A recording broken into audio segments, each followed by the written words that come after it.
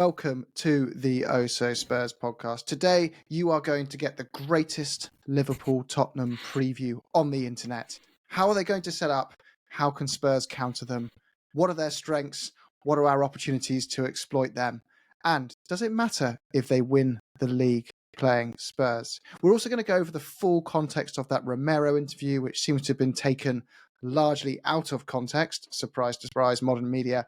And we're going to discuss that topic of, is Ange sacked if we don't win the Europa League, and then he walks if we do win the Europa League? Or is this all just hearsay? Is there a world in which Ange Postecoglou does stay on as Tottenham manager beyond this season? And to help unpick all of that is Deej in sunny San Francisco. How are you, Deej? I'm doing good, Good to see you. And we have Joe in sunny Australia. How are you, Joe? I'm great. I won't say sunny yet. The sun is still sleeping. Is that what the sun does? Sunny today it will be. 25, I feel. So, yeah. Very good. Great. Well, your guys' days are either in full flow or just starting, and mine is just ending. But it sounds like the phases of Tottenham's season. But diving into what we've got ahead of us, Sunday we play Liverpool, and it's a game with two squads that have very different motivations on paper. One squad is playing to improve their cohesion, repair their reputation, and just play for pride, effectively. There's nothing to play for in the league. The other one has a chance to lift the Premier League trophy at home in front of their fans if they can secure a point against us. So, how are we going to ruin the Liverpool fans' day, guys? D, just start with you. How do you expect them to set up? And what are their strengths going to be? And then what I'd like to do is touch on how potentially we could take advantage of their strengths by leveraging our strengths and their weaknesses and vice versa. Yeah, I mean, I think that you're going to see a Liverpool that we've seen all season, kind of the dominant, pressing, hyper-attacking force that kind of is what we kind of feel like we should be, we want to be. I think that Liverpool are really, I mean, as we've seen, we've played them 3 times now, and in all but one of them, we've just been completely and totally smothered by their press because they're really disciplined on how they press. Like they have very specific triggers, and their players are marking more like zonally than man to man. So while that might mean that you can get like a pass to like player A who's like on the wing potentially easier, it means that the players can press more effectively for longer because they're not running around chasing a player. There are obviously like weaknesses to zonal marking as well, because if you play fast enough, you can play through the zone. It's kind of the same as if anyone watches basketball. If you get the guy in the middle of the zone in basketball, that's how you usually want to break it. And it's kind of the same with pressing like this, but Liverpool are just so well trained at it that even if you can do it, you're often not creating a high impact opportunity off of it, and they can just regroup really well. So there's really not a lot of weaknesses with their out of possession style, which, I mean, they're the top team in the league at the moment. And they are basically, they need to get 1 point in the next 5 games to guarantee themselves champions. So of course they've played very well this season, and obviously their attack. We can go through. I mean, obviously like Trent's brilliant, Salah's brilliant, but they also just love to commit bodies forward in a way that allows for spaces to open up between them, so they're not all running up at like the same time. You've got like your striker running up who's creating space, be that Nunez or whoever, Jota, I don't know.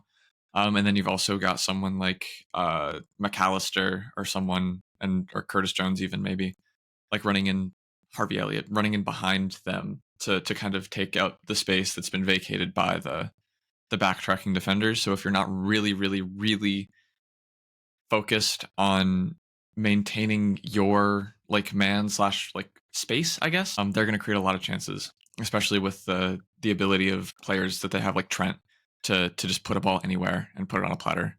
So they will set up in probably the same way they've set up all season, and it's going to be very scary to play against because, I mean, fair play to them, they've had a blinder of a season. They've got, like, when you were describing it there are some similarities with our squads, and people are saying, what? Opposite ends of the table. But when you look at some of their key players, Trent Alexander-Arnold and Pedro Porro have similar strengths as players, don't they? They're brilliant at delivering crosses and balls from the final third into their teammates, but they are often exposed defensively. And then you've got these world-class aging wingers that are coming to the end or have just come to the end of their contracts that the clubs had these big kind of dilemmas over. And yeah, they've also gone into basically this new manager cycle as well. Theirs was a lot more seamless than ours for various reasons. Perhaps we'll touch on later. But Joe, I'll pass over to you then. Anything to add on what Deej said there? Do you feel we could potentially counter all those strengths he's listed off there of Liverpool? I don't honestly think we can counter them, to be honest, because of the fact that the motivation that they have. I mean, that means so much in sport. We just sort of want to get some minutes into some players. It'd be really interesting to see who we even play, considering what's the game after is. And then they have a chance to win the league.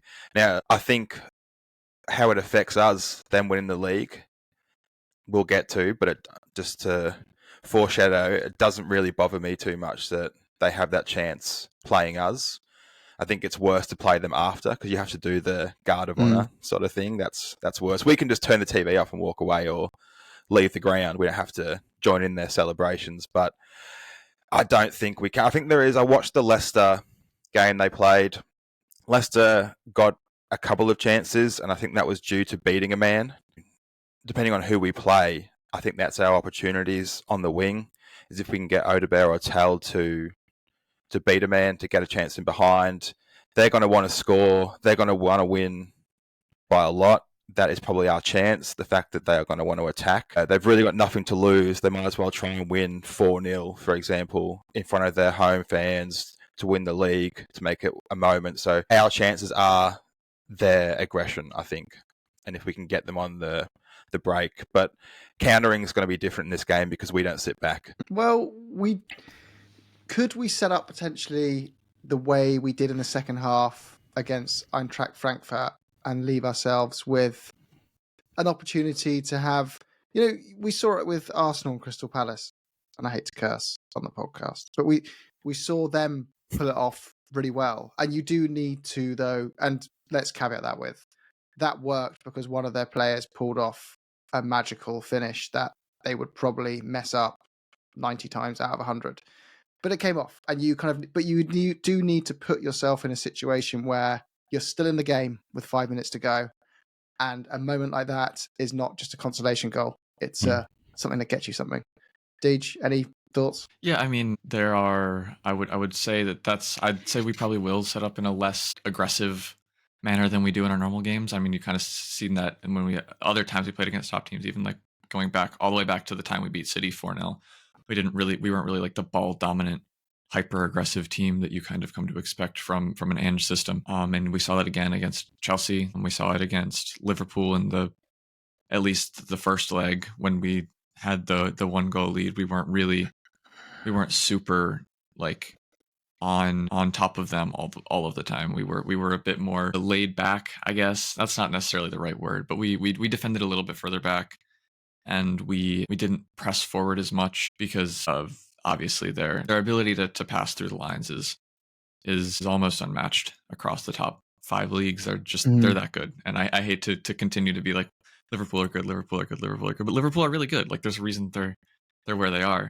I don't know. I also really like the way they play, which is unfortunate because I don't like Liverpool as like a team.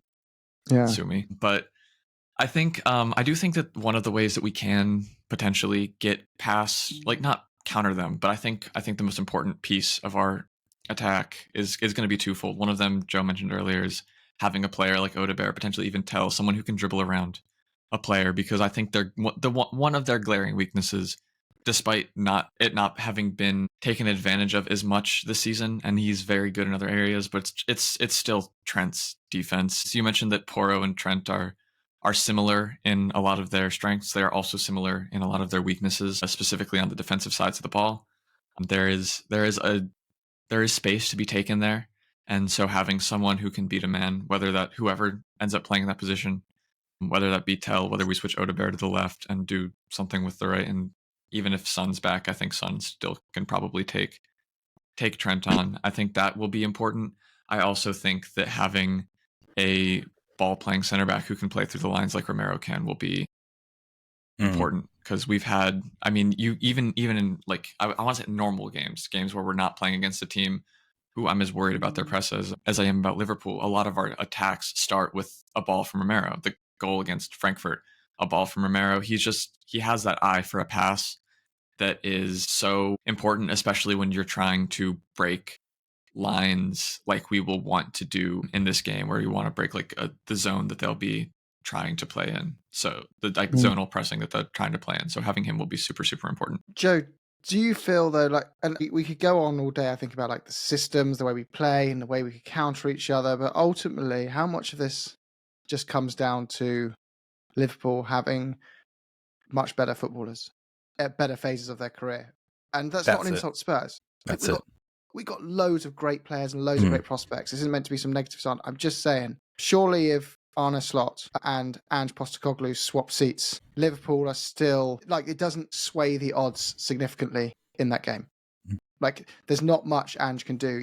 We watched Lucas Berryval on the last game, and I thought he's the only player at the moment with those glimpses, and Romero as well, in certain moments where you're like, wow, you can just suddenly like do something that is just magic.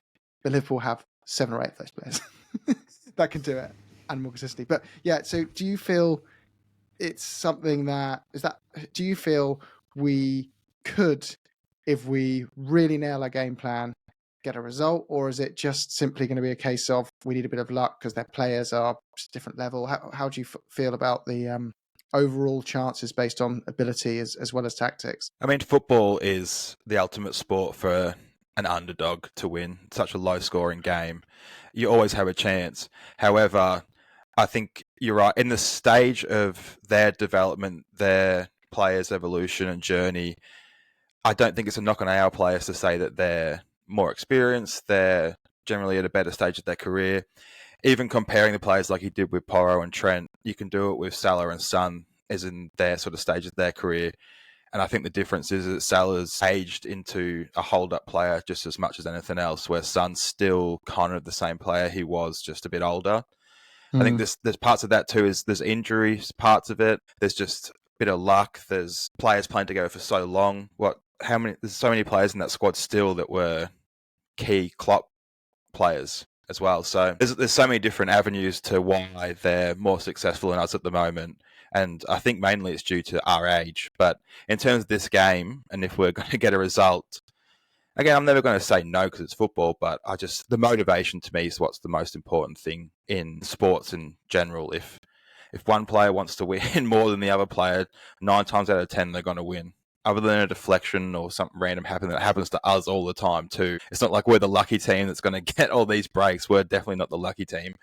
So in our anomaly season, which I do think this is an anomaly considering what happened the season before, I'm not too emotionally connected to what happens in this game. I'd rather just see players trying. I'd like to see that for a position to start in the next European game, and the fact that no one gets injured and it's not a blowout. I would hate to see a blowout too. And some cohesion again, right? I think. Yeah.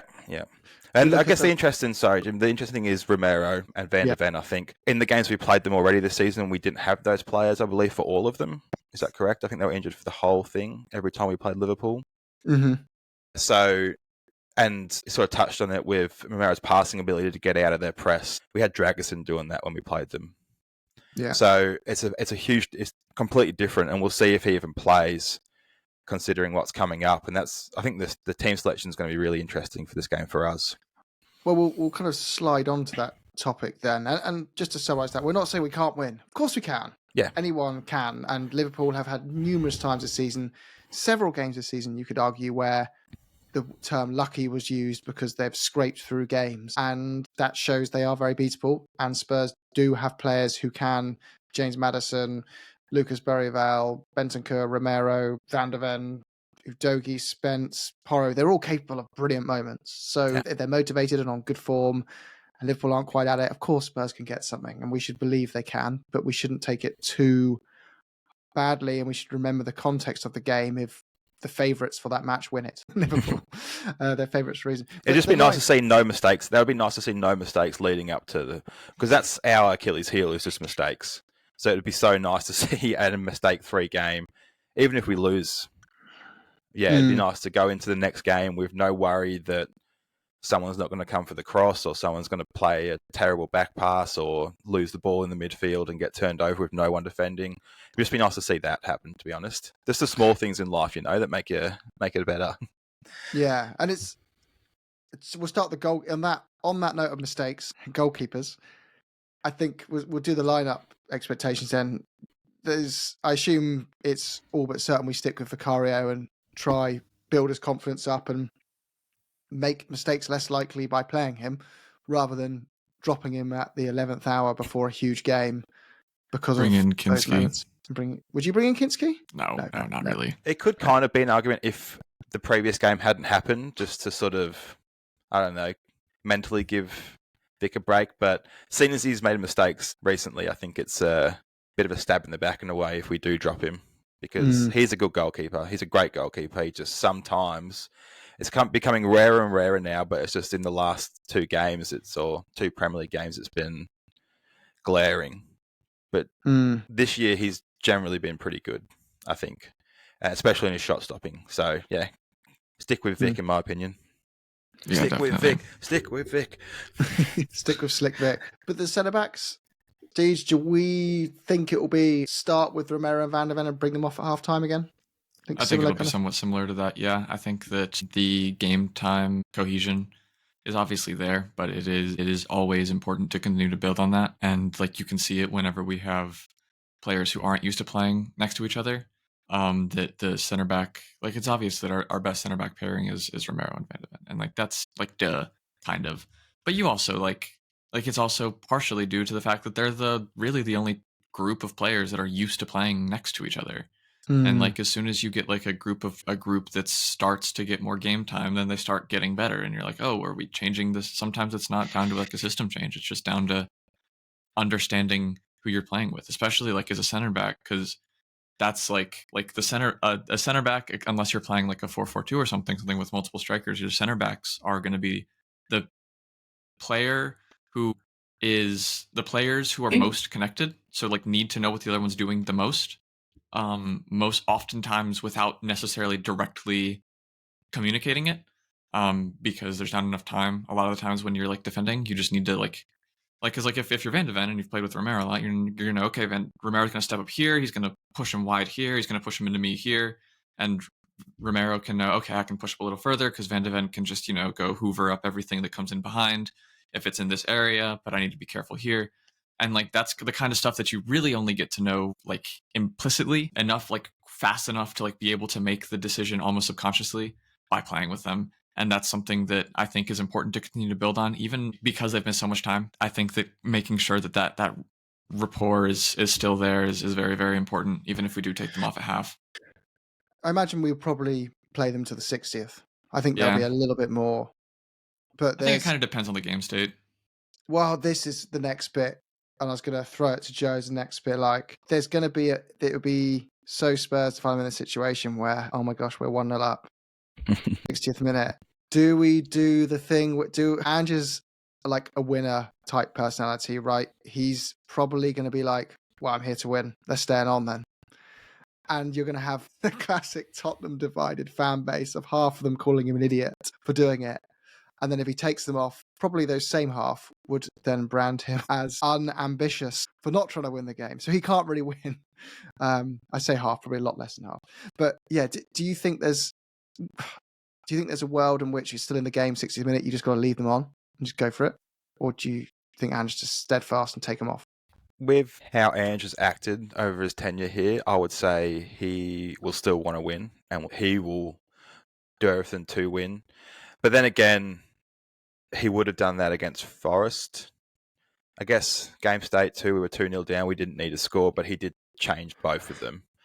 So, yeah, he's never going to win whatever he does in this situation. We have to, for him to get, he doesn't get any credit in the bank for a win here, I don't think.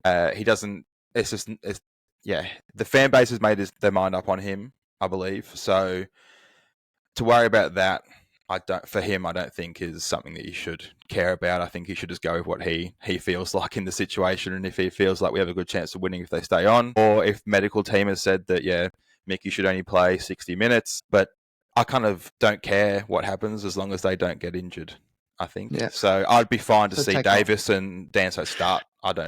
Doesn't bother me at all if they start.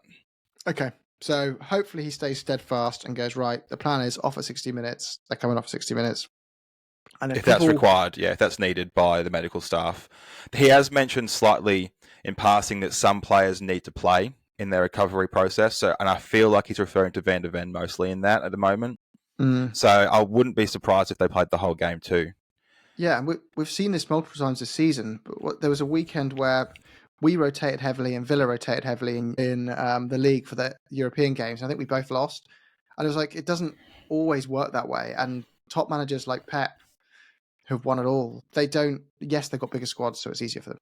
But they just consistently rotate one or two. They don't make those wholesale changes often because the cohesion is an important form of mental fitness as a footballer, as the physical fitness is as well, to keep it going. So just speeding up then a bit, we think Udogie or Spence at left back, or would it go Spence? It could go Spence right back and Porro and that's what I Udogie think. Left back, because of Porro played last game, and I feel like it's going to be Porro Udogie in Europe, so it makes sense to be Udogie Spence this game to balance out their minutes. I would agree. I would say even if we weren't doing that, I think that the more cautious method of play that we will be most likely playing with would favor Spence at least starting the game over Porro anyway. I've not really made it a huge secret that I kind of think that's how it should be anyway. But I can see that, obviously Porro does have his strengths. He's probably a bit better at sending across, and if we're going to keep playing the way we played against Forest, then that might be the most important thing for us. But I think it'll probably be Spence, Udogie, and I think Udogie probably comes off around the same time as the center backs whenever they end up coming off, just because he is another player that cannot get injured, really, and is still working his way up to full fitness. Okay. And then Bissouma at 6. He doesn't seem to like Bissouma at all anymore. There's so many chances recently to say, oh yeah, give Bissouma some minutes, and he doesn't. Well, I think Gray. Lump him in there. One. I think that is the shout. I mean, huge one to throw the kid into, though. But it's not like he's not played before. The atmosphere in Turkey that he played in it's going to be, actually, due to circumstances, probably this Anfield crowd's going to be pretty rowdy, but he's got nothing to lose. He's just got experience to gain. So whether he does it, I don't think he will, because he hasn't done it yet, so there's no evidence to show me that he will, but I would love to see it as Archie Gray. I think everyone's itching to see it, but Deej, do you think it's something that could happen, not happen? Would you agree with? I think he would have played already. I think he would have played already. I think it's going to be Bentancur again. In this particular instance as well, I can kind of understand why. I think obviously Bentancur has his defensive issues, and it's been known, but I think his ability to hold and carry the ball will be nice against this press. So I think, it'll probably end up being him. And then next to him will probably be, I think it'll probably be Bergvall Sarr, which isn't my favorite midfield pairing, to be honest, but I do think that we'll probably want to make sure that Maddison doesn't re-aggravate anything before. I think Maddison will probably come on 30 minutes to go, won't he? Yeah. So the front three. This is the hardest one. It's always hard to guess who he's going to pick as the wingers for a game. Sometimes you feel like it's going to be Odebear and then Johnson plays 90 minutes. Actually, I think all three will change. Regardless, any game we play now, those wingers will swap. I just want to see what it's like to play Solanke and Richarlison together from the start. I just want to see it. Maybe the second leg against Bodo, it would be nice to just go to a 4-4-2 and just, in a hypothetical world, we win 3-0 and go there. That might be the place to try it. But Richie or Solanke, I think it might be Solanke this game. I think Richie probably doesn't have it in the tank to go 90 minutes again, maybe, after coming back from so long off. So maybe Solanke starts and Richie comes on. That would be my guess, yeah. Yeah. I would agree. I think it'll probably be the same front three, to be honest. I don't think that this is a game for Johnson strengths to shine through on, because although you could make the argument that it is because they play so high so he can get in behind, but I don't think that he's necessarily, I know he did it once against Frankfurt, and we talked about it kind of like, this is what we want you to do, but I don't think he does it consistently enough to rely on, I guess, to the kind of running in behind that he excels at, but doesn't do as much as I would like him to.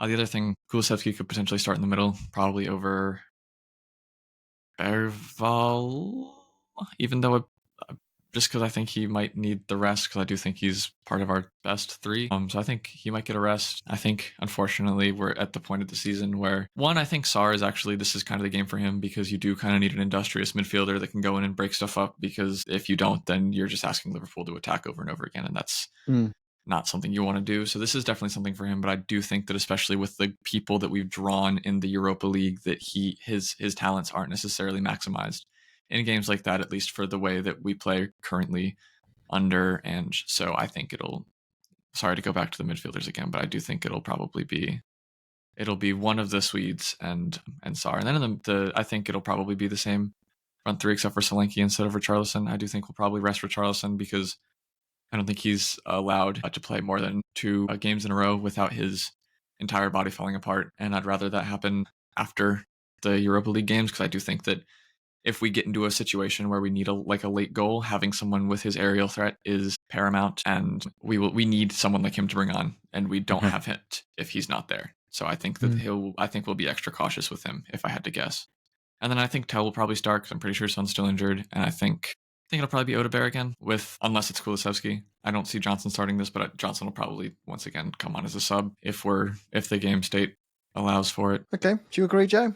Any changes on those? I think that's it. I do want to see them the most, though. I guess it's just preference. I want to see Tell and Odegaard again. It was exciting to see them two play together. The attacking threat they had, Sons. Either way, save him for the Bodo game. So yeah, I would say Odegaard and Tell with Solanke would be my preference, just to be able to watch it. Because for me, this game is just about trying to enjoy myself. Yeah, definitely. Okay, next question we need to move on to now is regarding that Romero interview. So you guys have been over the full interview in detail and not just Twitter aggregators, clipped bits. And there was some sentiment that perhaps it hadn't been taken fully within its context. Surprise, surprise. Do you want to elaborate on that, DJ? I will start with you because I know you were first to mention this when we were all chatting about it in our WhatsApp groups. Yeah, I mean, at this point, I think you've got to be cognizant that these quotes are being taken out of context. Because when I saw this, I was like, okay, what actually happened here? Because yes, you've got players, you've got players that will want to force out, and we're obviously a bit, I would say, tender about players wanting to leave, especially because it does kind of feel like we're at the end of a regime change, managers changing, and when a manager goes, sometimes players will go with them. So we kind of are outside of that, Tottenham, we as Tottenham fans have just been beaten down so much over the past realistically since Ajax 2019 that it's anything that could go wrong will go wrong. So we're expecting it at this point. So when you see it billed as question, what do you want to do next in your career? Answer, something about the Europa League semifinal, I guess. Also, I really want to play in Spain. You're like, well, this is it. We've heard the rumors about him going to Atletico potentially. We think he's really good, so we obviously could get a move there. It's over. He's gone. Take away the vice captaincy, throw him out into the street and play Archie Gray instead. That's kind of I feel the knee-jerk reaction. When I read it the first time, honestly, I was like, well, that sucks. And then, the part of my brain that's wait, this is an aggregator account, even though it was Fabrizio Romano, who you could argue is the biggest aggregator of them all. Because I read it on enough aggregator accounts to be something isn't adding up here. So I went and found the full context, and the reporter asks, what's next for you? What do you plan for the career? And Romero says something to the extent of, obviously this is paraphrased and it's also translated, so some of the meaning is going to get lost in translation. He says something along the lines of, he's trying to take it day by day. He's focusing on the Europa League semifinal.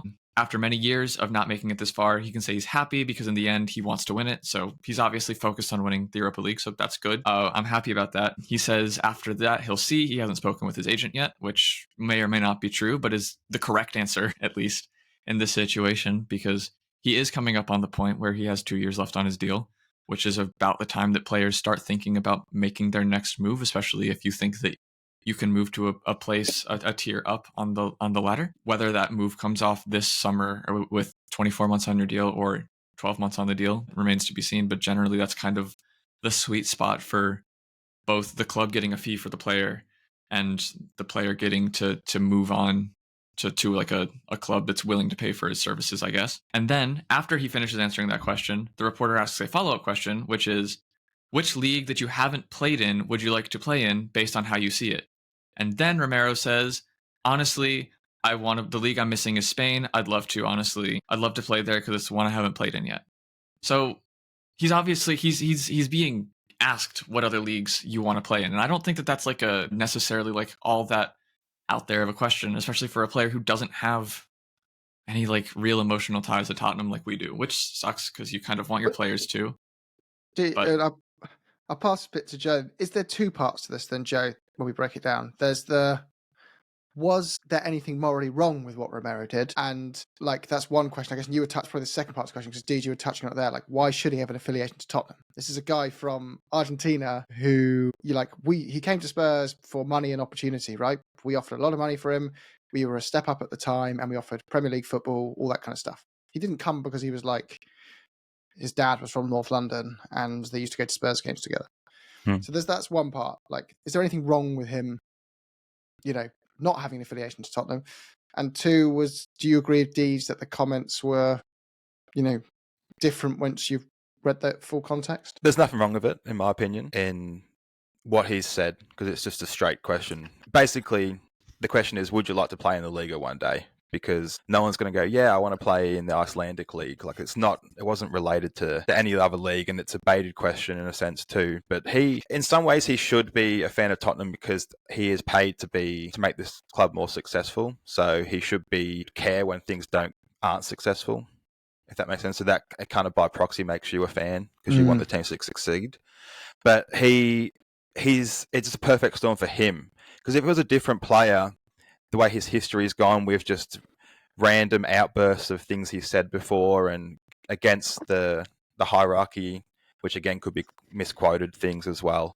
But it's the perfect player, perfect situation to be the perfect Twitter storm, I guess, because it's for people that want to take shots at the club. It's a perfect one to take shots at. You can easily misquote it, saying he wants to go. He's talking about, he brought it up and he wants to go to La Liga. And then for people that are defending the club, it's an easy one too, being like, these guys always misquote people and stuff like that as well. So it is the perfect storm of a situation. I feel like we should just ignore it, considering we're about to go into a Europa League, and not worry about it. I also have opinions on whether he should be at the club going forward anyway.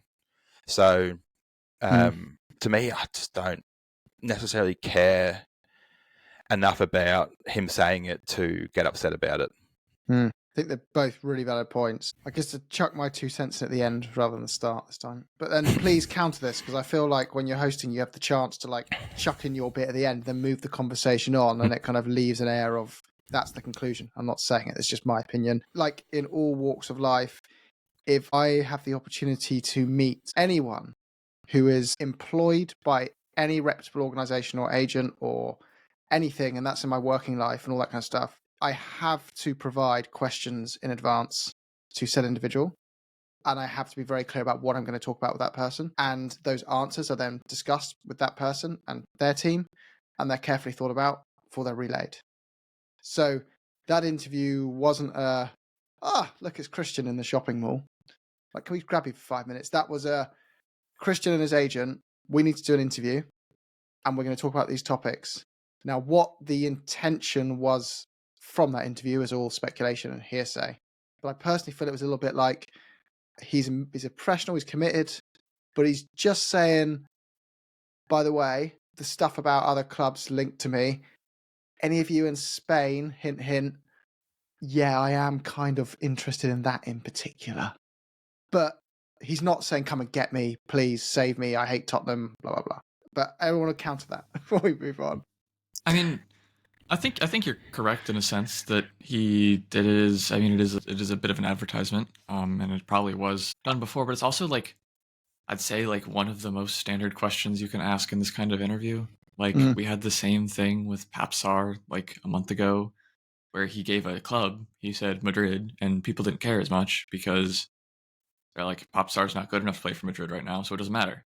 But like, I think part of the reason we're so defensive of this is because we do think that Christian Romero is good enough to go play at a Madrid or Atletico Madrid or a Real Madrid or a Barcelona or something like that. Probably not Barcelona because they have negative money, but like if he were to somehow make it there, we think, I mean, despite the Twitter, what Twitter might want you to think about how we think about him, I think deep down we all think he's pretty good at the stuff that he does, and we want him to stay because we think he makes us better, and we also think he is able to go to those those heights that he wants to go to. He's able to go to that Real, that Atletico that he's talking about in that sense. So I think that part of the reason is just that because we're defensive, because we want to keep him, and I think he is a fan of Tottenham to because he talks about wanting to win, and he talks about how he was disappointed we haven't made it as far in competitions as we have before, and how he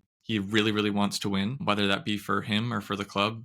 I don't know, and honestly, I don't really care because it gets the same point across anyway. It gets us to the same end goal. If he wins the Europa League, we all do too. It doesn't matter if he wanted to do it for himself or for us, But yeah, I think honestly most of these are just, I think it's a question that you can use to get a week's run in the media, and then everyone will kind of forget about it, because realistically what actually matters is the conversations between the agents and the clubs, which are no doubt going on behind the scenes. If they haven't started yet, they will in the summer, because like I said, the real advertisement for a player, especially a player of Romero's talent, is 2 years left on my contract. That's the real advertisement. It doesn't matter what he actually says. Like Atletico would, if Atletico thought they wanted Romero, I don't think they will now say, they were like, Romero probably doesn't want to come here. And then he has an interview where he's like, I'd like to go to Spain, I guess, because you asked me where I want to go play in the future, and I want to go play in Spain because, that's they speak Spanish, and, that for whatever reason you want to do that. I don't think that they're then, oh, shit, we should go get him. He's on my list now. I think that they've probably got him on. They've got him listed as one of the players who's got 2 years left on their deal coming up in the summer, and they'll reach out to his agent when the season ends, and they'll start from there. So I think that this is really more just fan service than anything, honestly. Yeah, I don't think it means much. I think it's a very menial, thing that's happened. And equally, we've got to remember though, guys, we love it when the reverse happens and we are the bigger club that's making players say, my dream would be to play in Europe one day. Like Tottenham, Arsenal, wherever, come look at me. When people say, I'd love to play in London, and they're being linked to one London club, you love that. Yeah, exactly. And it doesn't make them suddenly like, oh, that bad egg, don't want them in my club. Like there's a pyramid in football, and it's completely normal that pretty much every single player, bar the occasional Francesco Totti type example, is going to go, if Real Madrid want me, I will walk there. They are the biggest club in world football. I'm going to make infinitely more money. I'm going to be at Galactico. I'm going to be in Spain, in Madrid, like sunny lifestyle, Mediterranean, all that stuff. Just so many reasons. Even if you don't like that, it's the money. It's Real Madrid. It's Galactico. It's the white shirts. And it's also, he says he's going to play in Spain. Let's be real. He's not going there to play for Getafe. Like, he's not saying I will take the just promoted club, whoever gets promoted. I don't watch La Liga 2 or whatever it's called. He's not saying that. We know, and he knows that he means like 3 clubs there. And like, if those clubs, if they want him, they've already circled him. They've probably already reached out to his agent. His agent has either responded with details or says we'll talk in the summer.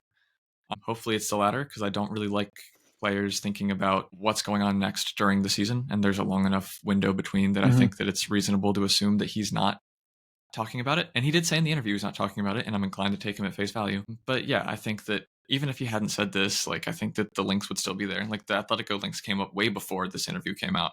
This is just kind of like, another thing to pour onto the fire of us being upset about everything, which is fair. This has been a shit season. I get upset about most things too.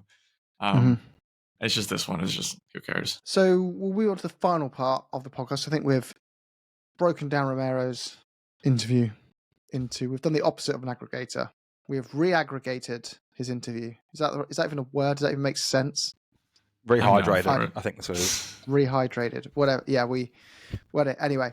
So the final question of this show and the topic today is around Postecoglou and the supposed 2 scenarios. And I want to ask the question if there's a third. And those 2 scenarios at the moment are and doesn't win the Europa League and Spurs sack him, that's what goes. I'm not saying this is our opinion. This is what the general social media and major media companies are saying.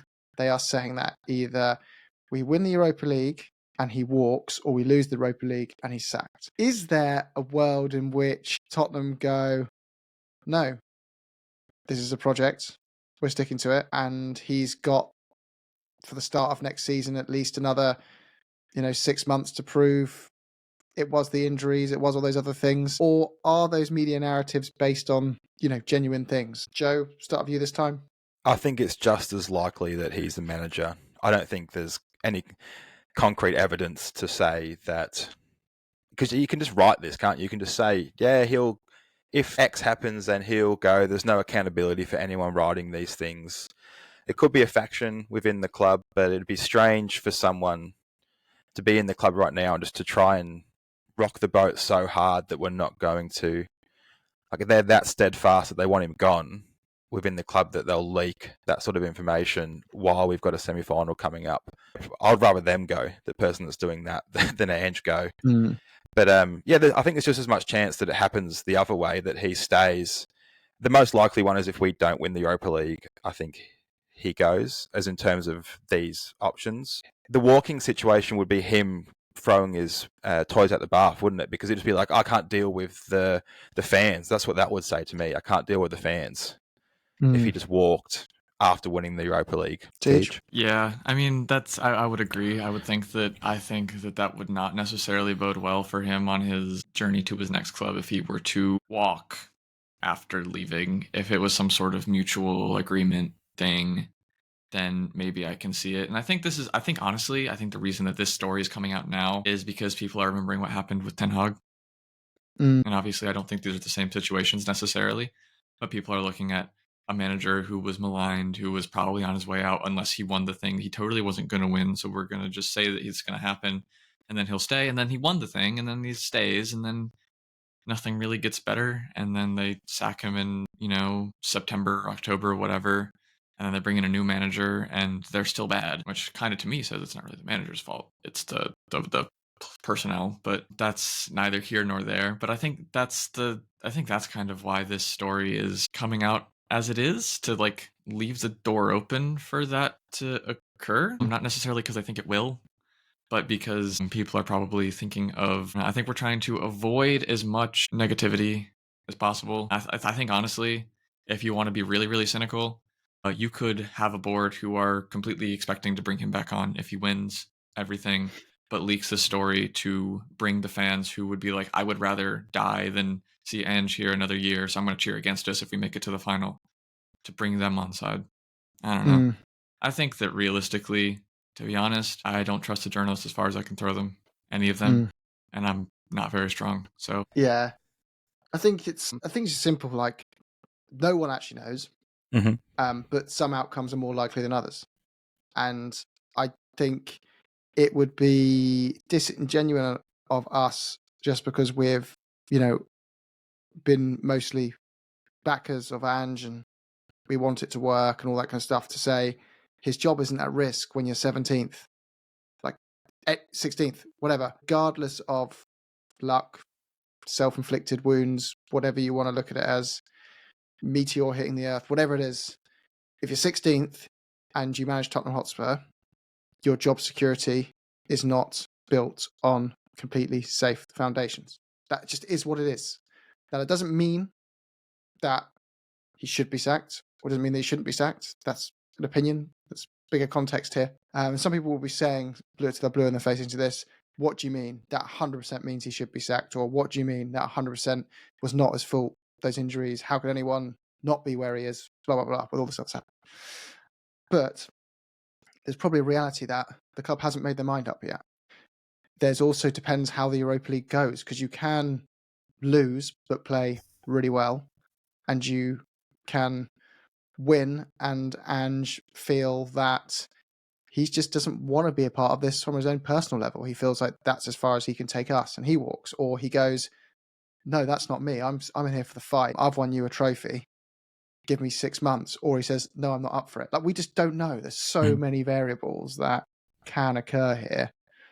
I think all we can really do as fans is just give him our 110% support until he's not wearing a Spurs badge on his tracksuit, and he might be I like think that's Poch, he right. might still wear it in all his Instagram photos. So then we'd still have to keep being nice to him.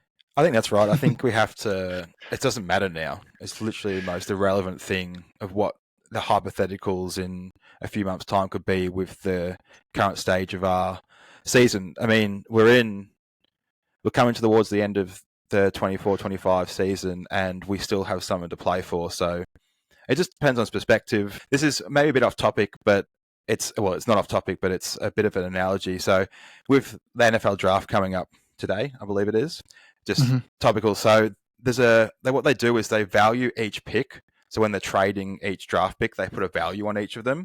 And that we could do the same thing for semi-finals, finals, league position. And I wonder where they would bounce up to where the value of this season ends. Because how many seasons have we been in 2 semi-finals? So it really depends on where you see us putting what's important to you. Because what people have beaten this club with is that we don't win trophies, but now the problem with this club is that we aren't high in the league. So it's just moving goalposts of what's important.